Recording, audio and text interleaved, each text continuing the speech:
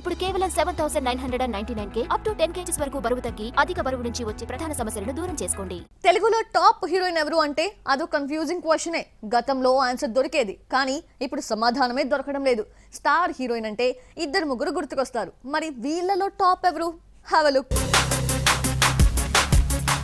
Top chair race లో ఏడాది క్రితం పూజా హెగ్డే, రష్మిక పోటీ పడ్డారు. వరుసగా 5 హిట్స్ అందుకున్న పూజ ఆ మధ్య ఎక్కువ రెమ్యునరేషన్ డిమాండ్ చేసింది. అయితే వరుస ఫ్లాప్లు ఈ అమ్మడి క్రేజ్ ని డ్యామేజ్ చేశాయి.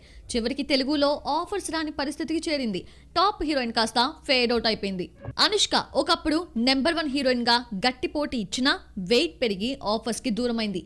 ఈ ఏడాది మిస్ శెట్టి, మిస్టర్ పోలిశెట్టితో సక్సెస్ చూసినా ఆఫర్స్ ఇచ్చేవాళ్లు కరువయ్యారు. ప్రెజెంట్ మలయాళ సినిమా చేస్తోంది. మహానటితో most talented heroine అనిపించుకున్న Keerthy Suresh success కి దూరమైంది.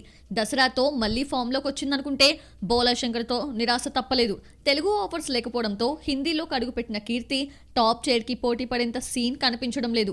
సాయి పల్లవి హిట్ కొట్టినా కొట్టకపోయినా టాప్ రేస్ లో కనిపించదు. రెమ్యునరేషన్ విషయంలో టాప్ హీరోయిన్స్ కి ఏమాత్రం తీసిపోని విధంగా ఛార్జ్ చేస్తుంది. ఫ్లాప్ అయితే కొంత అమౌంట్ వెనక్కిచ్చేస్తూ మనసున్న హీరోయిన్ గా నిర్మాత గుండెల్లో టాప్ హీరోయిన్ గా నిలిచింది సాయి పల్లవి.